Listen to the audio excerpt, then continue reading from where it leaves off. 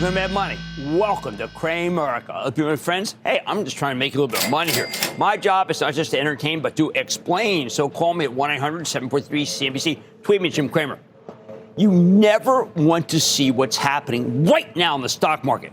You see, the market's developing a thesis, and it's not the thesis you and I were hoping for. You can't really spot it in the overall averages. Dow slipping 42 points, S&P losing 0.53%, but the Nasdaq tumbling 1%. But underneath, it's there, and it's not good. What am I talking about? Simple. The wrong stocks are going higher. Let me explain. In a good market, you want a broad rally led by growth stocks, with the cyclicals taking a back seat but still going higher. It's just time, for example, it's okay if the Magnificent Seven rally. By the way, also with their adjacencies and accoutrements, it would help if the bedraggled software stocks could move higher, too. They've been awful. Tech's a huge percent of the S&P 500. It makes for a tremendous leader. I also like to see the transports rally because they represent the health of the economy. All aboard! Most of all, I like to see the bank stocks go higher. When the banks are winning, it tells you businesses are expanding, need loans, companies are coming public to raise capital. We have mergers and acquisitions galore, and individuals are taking out loans, maybe to buy houses, maybe to renovate. At the same time, I don't mind when high growth stocks, like Eli Lilly with its GLP-1 diabetes and weight loss drugs, keep moving higher. That's very positive. What I just described is the jovial bull market we had most of last year. Today, though, we saw something very different. This was a market where the winners were consumer packaged goods stocks and the oils, the worst possible leadership groups. The consumer packaged good plays are recession stocks. The oils are zero sum. Right? That's the kind of relationship they have with the rest of the economy. At the same time, the banks are in free fall. Whether they missed earnings that were just reported or not. I'm going to have more on that group later. Problematic. But let's just say the market's reaction to these numbers was just plain miserable. We'll go into the reality of the bank earnings, but there's a clear perception created by the bankers that if the president puts a cap on credit card rates, like he says must occur and that he's going to make happen, the entire economy will be trash. I don't disagree with him. If you cap credit card rates at 10%, then most people simply won't qualify for credit cards. The default rate for these things is 3 to 5%. It's just not worth the risk for the banks to give you an unsecured loan if they can't charge extortionate interest rates if, well, you spend some time paying them and not paying them back immediately.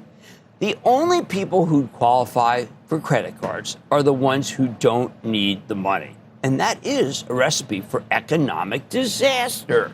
Sell, sell, sell, sell, sell, sell. Now, I don't think something like the cap will really happen. You need Congress to make the law. And if Trump tries to browbeat the banks into losing money, they probably won't roll over. But it's still a risk. And it's not something shareholders want to worry about. And of course, it's not just bad for the banks. It'll also be really bad for retail and traveling, a host of other discretionary products. I think that today's market reflects Trump's persistence on this issue. He's not going away. You'd think capping credit card rates would be more of an Elizabeth Warren, Senator of Massachusetts kind of thing. She thinks, by the way, that all the bankers are like Potter and It's a Wonderful Life. It's a surprise to see this coming from a Republican. But then again, when it comes to the credit card business, I imagine most politicians think that Tony Soprano had more reasonable rates. So again, I think this policy is unlikely, but the fact that people are seriously discussing it enough to scare investors away, right? I think it's driving money out of the banks into a whole lot of other sectors. We also live in a points economy now. The banks don't make much of anything on points, but the retailers and any of the myriad outlets and outfits that offer them would see their businesses take a severe, ugly hit. It would be a nightmare. It would be like Saks all over again, a whole bunch of other places. So no credit for tens of millions and no points either? I don't know. That seems scary to me. The president's always talked about a booming economy, but if you tamper the credit card market, I got to tell you, you're ensuring that the economy goes bust. And that's why I'm so dismayed to see what we call the CPGs, the consumer packaged goods stocks running today, because that's exactly what you buy if you think the banks will more or less withdraw from the credit card market to cope with a very damaging policy. So let's talk about Procter & Gamble, and then let's talk about a pharma company, J&J. Now, here are two companies that have products that you buy no matter what. You need toothpaste and medicine, regardless of how the economy's doing. J&J can thrive in a weak economy. If you look at the chart of the recent action, you might think it's found maybe the fountain of youth. J&J deserves to be going higher, but not at this speed, not at this pace. It's only rallying like this because a lot of money managers went to bet on a slowdown. They are passing on Eli Lilly now because it has a much higher price-to-earnings multiple, and those kinds of stocks are too risky to buy. Procter's a different kettle of fish. They have already told us that business isn't that hot, and they have lots of problems. So be prepared for the worst, because they've told you the worst is coming, and they might exceed that. Yet its stock went up big today. That's because even if it's bad, Procter & Gamble is still going to do fine versus the cyclical stocks, which are going to get crushed. When you see this one rallying on bad numbers, it's a real tell that things could go south. We bought Procter for the Travel Trust totally just as a hedge, hoping that we don't get a weaker economy. On a daily today, it's coming in very handy. Maybe you should have a hedge too. Normally, I'd say that this minor chord might just last a little while, a couple of days, until we put the bank credit card assault to bed, or we get more great home sales numbers like we had this very morning. I'd assume this sell-off was just temporary. Unfortunately, there's another wrinkle. Oil looks like it's headed higher, even if it finished the day in the red, because the president's $50 barrel plan is suddenly going the wrong way, thanks to the newfound uncertainty out of Iran and the facts on the ground in Venezuela. You take out Venezuela's leaders and oil goes lower. You take out Iran's rulers and you better believe it goes higher. The result, the real leaders in this market are Exxon and Chevron. Both have tremendous CEOs. Both have long historic records. And both represent the very problematic leadership we don't want. The type that keeps you and me up at night. And not just because my wife Lisa just had her knee replaced and there's no sleep to be had without Oxy. And I'm not talking about Occidental Petroleum. Lisa's no sissy, though, and she wouldn't take the Oxy anyway. The problem with the oils is that energy costs are a tax on the entire system. So when this group wins, it means everybody else is losing. The bottom line, we have to hope that these two new leadership groups aren't long-lasting. I don't think they will be. You also need to have some hedges, some Procter, some J&J. Hey, listen, I'll throw in Colgate and Merck if you want to. Just something that keeps you in the game until things get better. You know why? Because they always do. Hey, I want to go to Brett in California to start. Brett. Jim, thank you so much for adding my call to your show today. Oh, Brett, I'm glad you called in. What's up? Jim, I have my colleague Matteo Ritter. He's a first-time investor, and we were discussing metals. He likes silver and aluminum. I started a position in copper, Southern Copper. I just want to see if I should keep adding to it. Look, I don't mind Southern Copper, but copper has run a great deal, and you've got what I call a parabolic move in Southern Copper. It was up $5 today. It's no longer got a cheap earnings, up cheap dividend. It's 1.98% yield is all you get. The stock's up 25% this year. I got to tell you, Brett, I think you're late. I can't condone it. How about your friend? Let's go to John in Florida. John. Hey, thanks, Jim. I was wondering if you could give me an update on AutoZone. I've been watching it for a while, and I watched it go down till the end of the year and then a little bit more in January. Last week, I couldn't take it anymore. I bought some. And I'm wondering if you could explain why it's down to like a 23 PE when O'Reilly is still a 33 PE, and their earnings and growth are still good. Yeah, people didn't like that last quarter. And the reason why the stock is going down is this company is so darn consistent that when it reported an inconsistent number, I can't believe the jailbreak. I think they're fine. I think the next quarter is going to be better. This company always pivots and always pivots well. I'd be a buyer. We have to hope these new leadership groups don't stick, but it's always worth having some hedges to keep you in the game until things get better. I suggest Procter & Gamble. On Mad Money tonight, earnings season has officially kicked off for the big banks, but Wall Street didn't like what it saw at all. What went wrong with this? I'm digging into the situation. Then tech stocks have struggled to find their footing in the tape, but there's one corner of this sector that's actually working. I'll reveal the names when I go off the charts. And Biohaven, BHVN, had some positive news to share at the JP Morgan Healthcare Conference, maybe better than last year's disappointments. And we had a chance to sit down with the company's CEO while we were out in San Francisco. You do not want to miss this exclusive. So stay with Cramer.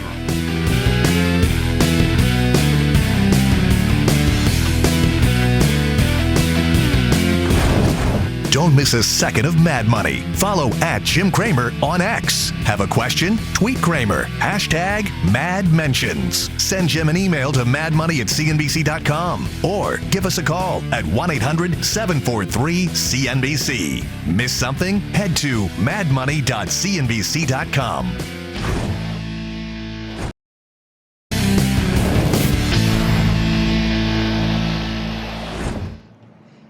In the past 2 days, we've gotten results from all of the big national banks, JP Morgan, Wells Fargo, Bank of America, and Citigroup. And I got to tell you, the market just can't stand it. In just the last 2 sessions, JP Morgan stock is down more than 5%. Bank of America is off almost 6%. Citigroup shed over 4%. Sell. And Wells Fargo has just been hammered. So what the heck is going wrong here? I got to tell you, it's not the numbers. Most certainly not. You know that the actual numbers were good? I think it's a combination of high expectations and some cautious commentary, as well as the aforementioned presidential assault on credit card debt. When JP Morgan reported yesterday, they posted a solid top and bottom line beat, excluding a $2.2 billion reserve that they took related to the Apple credit card and portfolio that they got from Goldman Sachs. These guys delivered a 7% increase in net interest income with 17% growth for their markets business. That's fantastic. That's mostly sales and trading. Just stock trading was up 40% alone. These are amazing. But the investment banking business came in light, down 5% year over year and 11% from the previous quarter. That weighed down by weakness in both debt and equity underwriting, and that was just plain bad. Of course, even when the numbers are pristine, the reaction of JP Morgan's earnings hinges on the conference call commentary from CEO Jamie Dimon, who's become the almost Confucius-like figure for the financial industry. And he often says things that really do freak out people. Something that happened again yesterday. This time, Jamie warned that, I'm going to quote, geopolitical is an enormous amount of risk, end quote. And he also had some things to say about ballooning budget deficits in the United States and around the world. Maybe that's why, after opening flat, it was actually up $5 in pre-market trading. The stock ultimately tumbled more than 4% yesterday before slipping another 1% today. I think JP Morgan's stock will be fine. A lot of this was simply because the stock had rallied 35% over the previous 12 months before yesterday's report. In other words, it was due for a breather. What about today's reports from the other three bigs? Okay, Wells Fargo, which we own for the Travel Trust, reported top and bottom line miss. While sales were up 4.5% year over year and earnings grew by 13%, they still came in light, as did net interest income. It was disappointing. That said, a big chunk of that earnings shortfall came from higher severance expense, as well. Wells Fargo, by the way, laid off a lot of people to cut costs. When you drill down, the business is doing pretty well, just not quite as well as Wall Street and I were hoping. Wells Fargo's efficiency ratio, a key measure of cost, fell from 68% to 64%. Lower, by the way, is better when it comes to that measure because it's cost divided by revenues. But the analysts, spoiled by CEO Charlie Sharp's relentless cost cutting, were looking for 62.5%.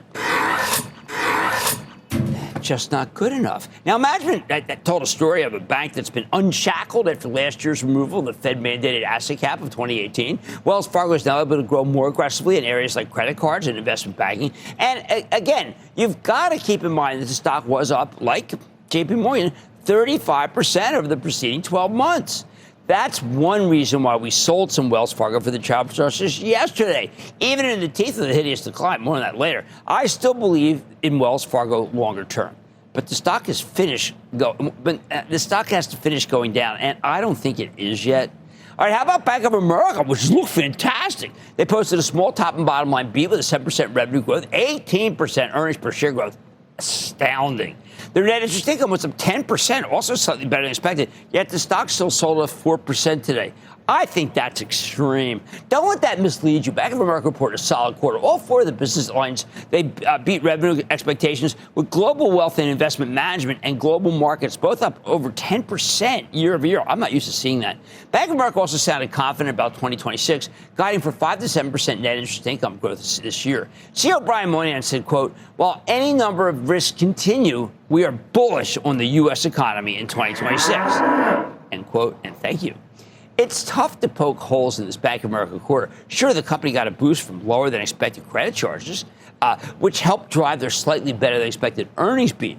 Like JP Morgan, their debt and equity underwriting was light. That was disappointing. But really, taken as a whole, I think this was a really fine quarter for Bank of America, maybe the best. And the stock only got hit today because Wall Street paints out with a broad brush. This decline was, I think, pure guilt by association. I'm pronouncing it innocent. Last but not least, there's Citigroup, which delivered another good, solid quarter, the latest in a long line of no-drama results under CEO Jane Fraser. Excluding a one-time charge related to the bank's sale of its Russian operations, Citi saw 8% revenue growth, while earnings per share were up 35%.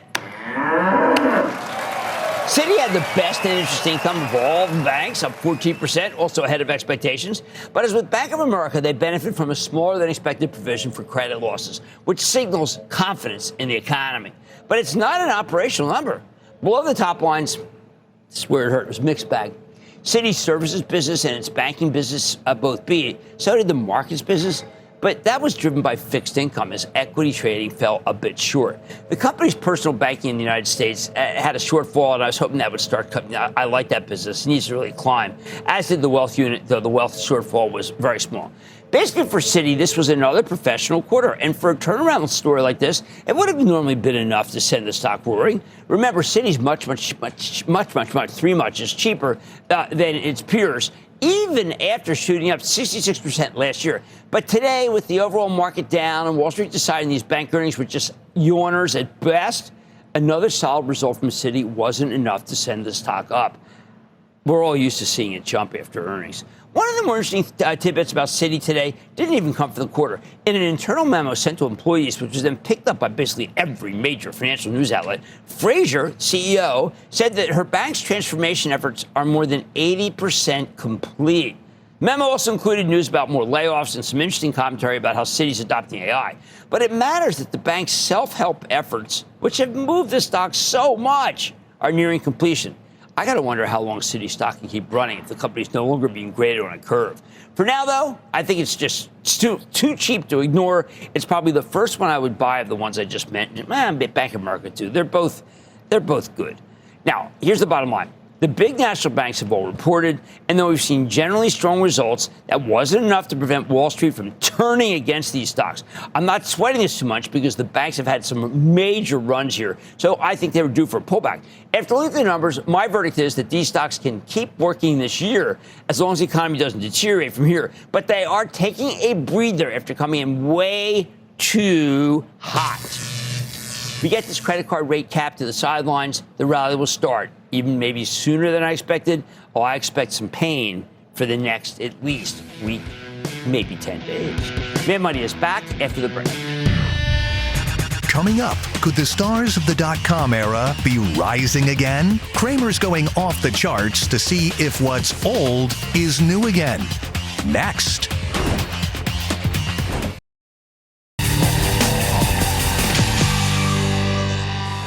Until last fall, this market was absolutely in love with all things artificial intelligence. Since then, though, it's been a little more conflicted by AI stocks, not particularly enthusiastic about enterprise software either. Holy cow, they're thinking about Adobe ServiceNow. But there's one part of tech that really has been holding up surprisingly well. You know what it is? Old tech companies that have reinvented themselves for the modern world, like IBM, Cisco, and even Intel. And that's why tonight we're going off the charts with Bob Lang, the founder of ExplosiveOptions.net. Also, of course, the author of Know Your Options, in order to take a closer look. And Bob, I've known Bob for a very long time, and I thought this was a really cogent set of charts. Let's take them one by one. Starting with IBM, which has become an incredibly strong performer with a stock that's nearly tripled since late 2022, when it broke free from its all-time highs. It's also rallied over 40% over the past 12 months. horse. Take a look at all the daily charts here because this paints a very encouraging picture. First, Lang points out that IBM has always faced challenges from the new line of tech. Whether we're talking about Dell, personal computer, Microsoft with software, Amazon, Oracle, and cloud computing. But IBM stood tall in the face of change and transformed itself into a juggernaut. They've got terrific hybrid cloud and AI businesses, a very strong consulting business that's also bringing in a ton of AI. And yes, they've got quantum computing.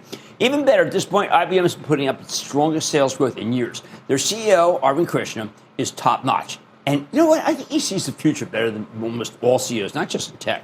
So what does the chart tell us? Okay, IBM stock rallied like crazy into last November. You can see this thing was just powerhouse, okay? And then it stalled out and started to pull back. But over the last couple of months, the stock has put in what we call a double bottom. Really good sign. And it's now rebounding like crazy. Lang points out that IBM has broken out above its 50-day moving average, and they were looking at the blue. You can see it broke right through there.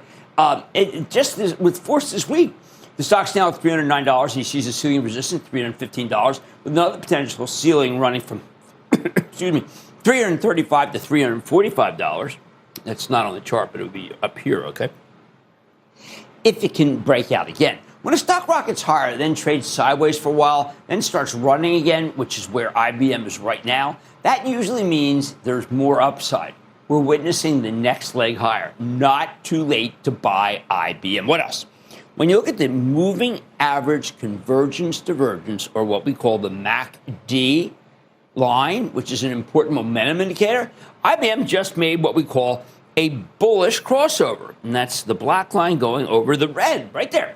When that happens, this is one of the most reliably positive signals out there. At the same time, there's the on-balance volume, this is all the way down here, OBV. This is a volume-based technical indicator that adds volume on up days and subtracts volume on down days to gauge buying and selling pressure. I really like this index. And as you can see with IBM, the on-balance volume line just keeps making new highs.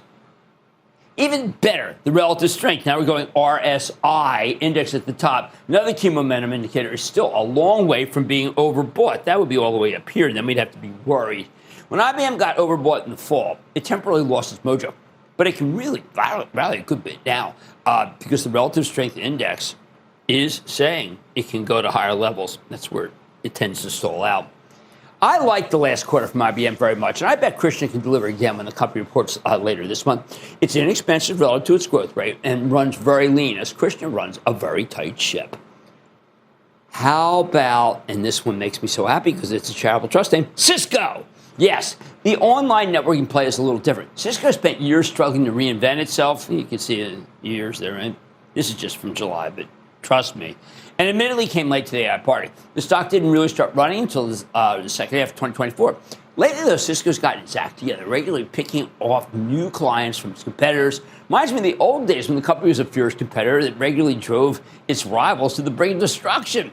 Even though it took roughly 25 years for Cisco to regain its dot-com era highs, wow, it was the largest cap stock at one point in the country, in the market. The company's been putting up stellar numbers over the past few quarters. I think it's finally found its place in the modern world. So what's happening in the daily chart, all right? After a strong performance in the first 11 months of last year, and here you can see that we just had some nice performance, okay? This stock got hammered in December. It was really kind of surprising. Ultimately filling in the gap from its big rally in November. So goes up, then comes down, fills up this gap. Now, though, Cisco started bouncing off its lows, and Lang thinks it's ready to roar, although the stock has to break through its 50-day moving average first, so it's got to take out this line. Could happen. That's almost $2 from where it's currently trading. Of course, the volume trends have been mediocre here, and the on-balance volume is just starting to turn higher after taking a real beating. Still needs to go higher, frankly. Okay, Lang notes that Cisco sold off hard in December on high volume. That's usually a real bad sign because volume is like a polygraph in this business. High volume means a move is telling the truth. However, he thinks that the sell-off has come to an end. Thank heavens, man, because this has been a very tough time for me in the trust with with some of my techs, and Cisco became part of it.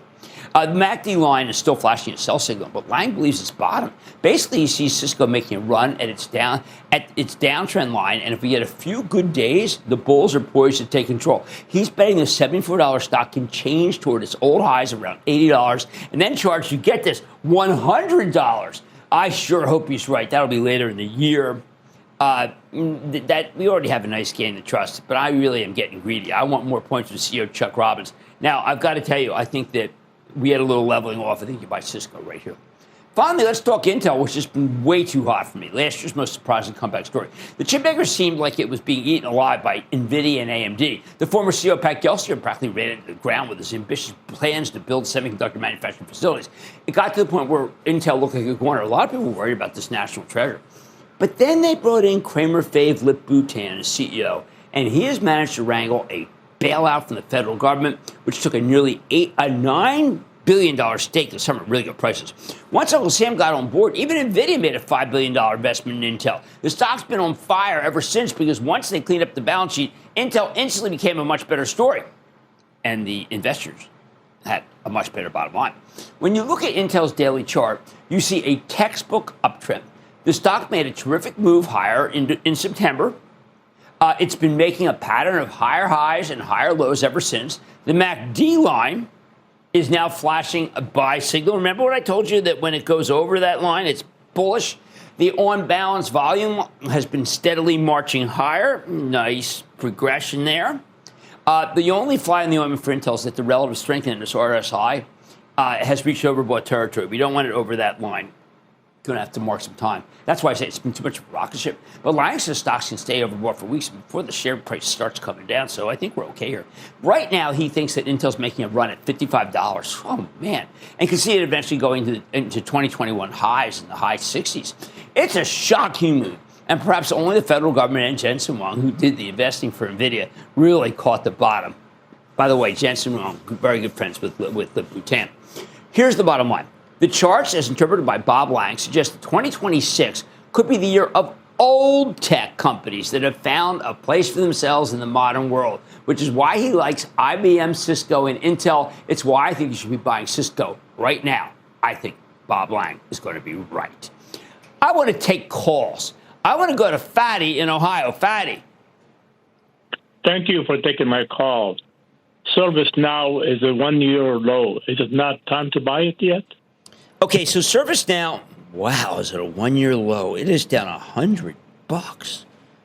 Holy cow! All right, so why is ServiceNow going down? Enterprise software, whether it be Adobe, which has really been hammered, whether it be Salesforce, which is not doing well, the chart that is, or ServiceNow, it's pretty awful. I am not going to call a bottom in ServiceNow. It is just too darn hard for me. The charts, as interpreted by Bob Lang, suggest that 2026 could be the year that legacy tech, I'm talking IBM, Cisco, my favorite, and Intel, make a new name for themselves. I'm inclined to agree with him. Much more made money, including my JP Morgan Healthcare exclusive with Biohaven. After selling its lead asset, Nurtec ODT, to Pfizer, of which I was a huge user, by the way, just full disclosure, a few years ago, I'm learning more about what the company has in its pipeline and how it's positioned for future growth. Then close viewers know I am not a fan of trading, but there's a trading strategy when dealing with a cyclical stock that can help make you some money. I'll reveal it. And of course, all your calls rapid fire in tonight's edition of the Lightning Round. So stay with Cramer.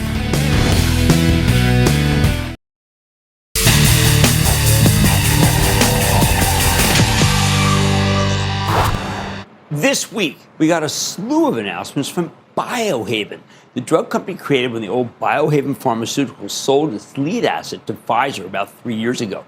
The remaining Biohaven has a bunch of drugs in development for neuroscience, immunology, and oncology, and they're making good progress with a number of their pipeline programs, although last year was a tough one for the company as it had some very high-profile failures in some key clinical trials. Earlier this week, when I was out in San Francisco for the JP Morgan Healthcare Conference, I got a chance to speak with Dr. Vlad Shorich. He's the chairman and CEO of Biohaven. Take a look. Dr. Shorich, welcome back to Mad Money. Jim, it's great to be with you here again at the JP Morgan Healthcare Conference to kick off 2026 and talk about our portfolio at Biohaven. Okay, so Vlad, days matter. What does it mean, days matter? I'll have to tell you, as a physician, patients are waiting for new therapies, and that's what drives us at Biohaven. Days matter, and we want to research diseases as if family members of ours are suffering from those diseases, and that's what we bring to bear to every one of our research programs. Well, I should disclose that I have an agreement with you, and it's in the fantastic deck that you have. I just want people to know that. It's not about necessarily how I feel about my drug, but thank you for purchasing it. What can I say? It's about tinnitus, and I'm glad that you mentioned it. Well, Jim, we're excited. Do you know that tinnitus affects up to 50 million Americans, and there's no approved drug therapy? So we're really enthusiastic about teaming up and doing, we hope, what we did for migraine with Nurtec ODD. We'd love to do that in the tinnitus area, and there's some really good science that we're going to advance. Okay, so let's talk about what happened last year and how most people counted you out. And that was quite wrong, given all the new things you're doing this year. Jim, this is biotech. We're here trying to advance, new therapies for some really hard diseases. You're going to run into bumps in the road, and that's what we do in R&D. We run studies, we get data, and then we really focus on the long term and where we want to put our resources. And this next year, we have 3 exciting platforms. Well, go ahead, tell us. You've got the floor. Precision immunology, obesity, and epilepsy are our 3 main focuses. We also have a diversified portfolio, which is important so that if things don't work out in one program, you can pivot to another program. Let's talk about obesity, because yours is novel. The other guys don't have it. It would be welcome for everyone it's a better version for a lot of people. Jim, we've seen how the GLPs have transformed healthcare. We have decreases now in all-cause mortality and heart disease and diabetes and stroke thanks to these new class of agents. However, they have you also lose your muscle mass. And when you lose muscle mass, that's not good for healthy aging. It's also not good for bone density. We have a novel approach with a drug that's called T-alpha. It targets myostatin and activin. And what this does and how it's different than everything else out there is it directly reduces fat, but importantly, it increases skeletal muscle mass. We think that's a healthier way to lose weight. And we already initiated an important phase 3 trial in obesity. It's reading out this year. Are you able to fund all the things that you talk about, given the nature of what happened last year? Well, we have to be disciplined in the areas we are. And so now that we have data that's pointing us to some high probability wins in the near term on things like obesity and precision immunology, that's where we're going to choose to invest. And we think there's going to be upside for patients and investors. Talk to me about degraders. What do they do? Jim, the degrader technology we exclusively licensed from Yale University is unprecedented. It's not like anything else out there. And what makes it different is we're able to target disease-causing pathogens in your blood and degrade them and not touch anything else. Other people in the field are looking at agents that lower your immune activity and immunosuppress you in a way to treat autoimmune disease. This is precision immunology at its finest. And our best example, and we presented first ever human data this week in a kidney disease called IgA nephropathy. And in that disease, there's an antibody that decreases the function of the kidney. And with our degrader, we degrade just that antibody and we leave everything else intact in the healthy immune system. All the competitors immunosuppress patients. We think this is going to be a game changer for people suffering from IgA nephropathy. Okay, so that's a great indication, but could there be many more? Could be a bigger drug, bigger method than we think. The first ever human data we put out this week really validates this platform and unlocks the entire mechanism. And yes, there's a number of other autoimmune diseases that we're going after, including Graves' disease, which affects about 80 million people. And in addition to Graves' disease, other immune disorders like diabetes, myasthenia gravis, and others. Okay, so Graves' disease, you're up against big company, Amgen. We've got, when you talk about weight loss, we're talking about Lilly, we're talking about Novo Nordisk, maybe Amgen. Vlad, you're a small guy. How can you take these guys on? Jim, we did it before with Nurtec ODT and migraine. We took on AbbVie, and we are still, Pfizer has that compound now, but it's still the #1 prescribed CGRP. So we did it before. We think we can do it again. Okay, so I did want to just talk about what it's like in your position, because you're a doctor, there were many articles last year which just said you don't have enough money for the R&D, no one's going to give you money, the stock plummeted. What did you do to make sure that the company got back on the right track? Jim, you have to stay focused on the patient, right? I've always said if we deliver and pursue paradigm-shifting treatments for patients, that's going to have a successful business model. So as a company, we have to stay focused on that. And then we talk to investors about what we've learned from some of our experiences in past studies and the value of a diversified portfolio where then you can follow the science and continue to advance new therapies. And people were happy. The money that you raised, they wanted, you had to upsize the deal because so many people wanted in. We had to upsize the deal, and just last week we got contacted by a big fund who took 10% of the company, right. Janus Henderson, and so I think that reflects our track record of success in the past and the paradigm-shifting technology we have with this precision immunology degrader platform. Okay, I want to go over one that I think that I don't want to be glib about it because I know it's people who have epilepsy. What's the standard of care now? Currently, the standard of care with epilepsy needs to be vastly improved because you prescribe medications that are burdensome with a lot of side effects. People get somnolent, sedated, dizziness, and there's a new class of medicines we're pursuing called Kv7 activators. And this quiets neurons, but does so in a way that's very selective, and we don't see the burdensome side effects of the central nervous system, sedation, and dizziness. We think we can offer, much like Nurtec that treated migraine and didn't have new problems with other side effects, we think we can treat epilepsy without the burden of all the side effects. I don't know if people understand that the discrimination that people who have epilepsy get. It is something, people don't want to hire people who have epilepsy, and that's got to end. That's right. It's got to end. We need better, efficacious treatments, but even more importantly, better tolerated treatments, right? When you treat your condition, you don't want to be burdensome from side effects that interfere with your work. And that's what we're trying to pursue here with Opicalum, our lead agent in epilepsy. Well, look, congratulations on the comeback.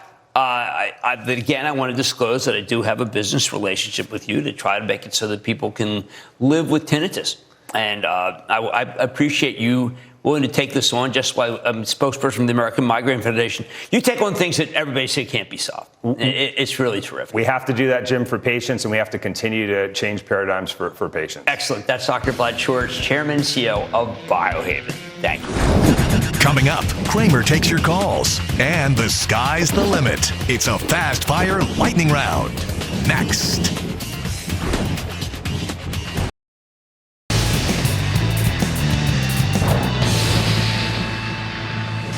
It is time to the light road around from Gold. These Hamptons talks out about my bicycle. So I'll just be going to the core stock. What's that time? My steppers grab to the fire, planet sound.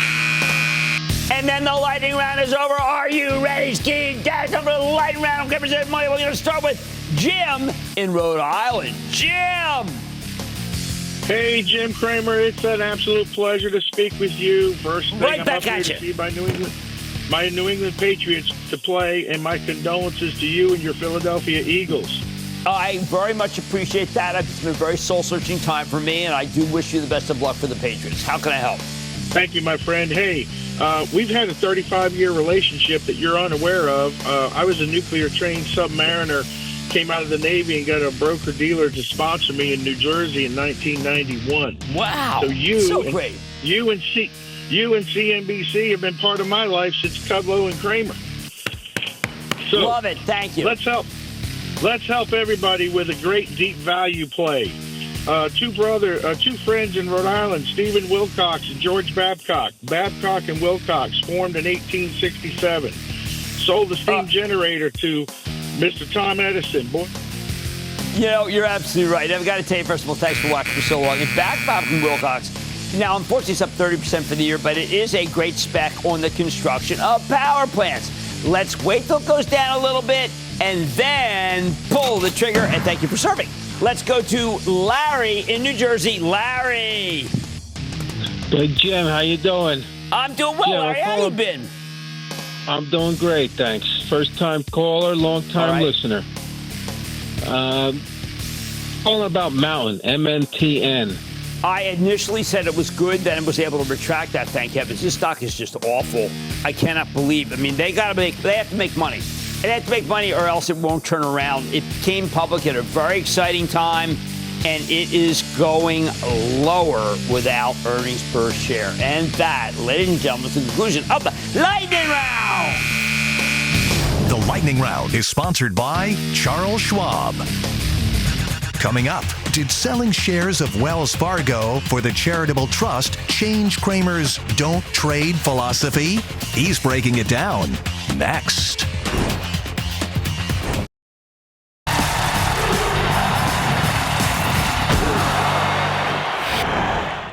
Like I mentioned earlier, yesterday we sold some Wells Fargo for the Charitable Trust. We've owned it seemingly forever, and I'm a big believer in Charlie Scharf, the Cracker Jack CEO, who's navigated minefield after minefield since taking it over. Just nothing but turmoil. It's been a bumpy ride, but he's always given us comfort that we'll come out on top, and this year and last year have been good. Today, when Wells Fargo reported, even though the numbers fell a bit short of expectations, they continued to trend ultimately in the right direction. I felt confident we were in good shape, but the conference call gave me some worry, okay? Turns out it was a legitimate miss. It was a disappointment. I told club members that I'm sure glad we trimmed the position ahead of the report. Now you know me, I don't like trading. Not at all, unless you're a full-time professional. I'm against it. But when you're dealing with a stock that's gone parabolic, like Wells has gone going into the quarter, then no set of numbers will satisfy the market, which is why I hate parabolic moves. And that's why it was worth selling some of the. And if the stock keeps coming down, you know what? Well, we'll get to buy the shares we sold at a much lower price. In the end, I still believe Charlie Scharf knows how to transform what's basically a consumer bank into an investment bank with a consumer bent. That'll produce a higher price to earnings multiple. The secret sauce behind higher stock prices, as I say, in how to make money in any market. And you know what? You wish that you bought the stock on weakness. So I'm glad we held on to the bulk of our position in Wells Fargo. But I'm also glad we did something called schnitzeling. Schnitzel, that means you traded around the stock by selling some stock to leave room to buy some back if the selling continues. This kind of thing is excellent when you have a cyclical stock like a bank that's levered to all sorts of unknowns, like the Fed's next move or the growth of the economy, or a president who wants to promote business while putting a harsh cap on credit card interest rates. These are inherently boom and bust stocks. You'd be crazy not to trade around a core position. But what about the amazing secular growth stocks that I talk about? The ones that are supposed to do well regardless of the economy? What do you do with those? Well, those you shouldn't trade.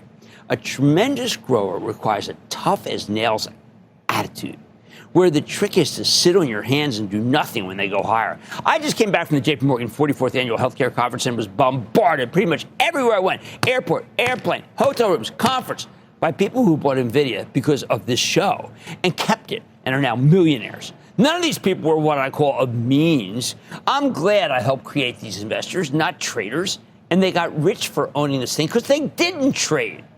But then I had another kind of experience. We had a reverential driver out there, a terrific guy who trades Mondays and Fridays. Apparently, I learned those are the best days, according to the man behind the wheel. And he did say he made some money in NVIDIA. He made $1 here, he made $2 there, another $1. But he always knew how to trade out of it. And there it is. For close watchers of the show, and of course club members, where we have a healthy group of NVIDIA millionaires quotient, you know that I always say own NVIDIA, don't trade it. Now, sometimes, like right now, it's difficult because the stock appears stuck in a rut.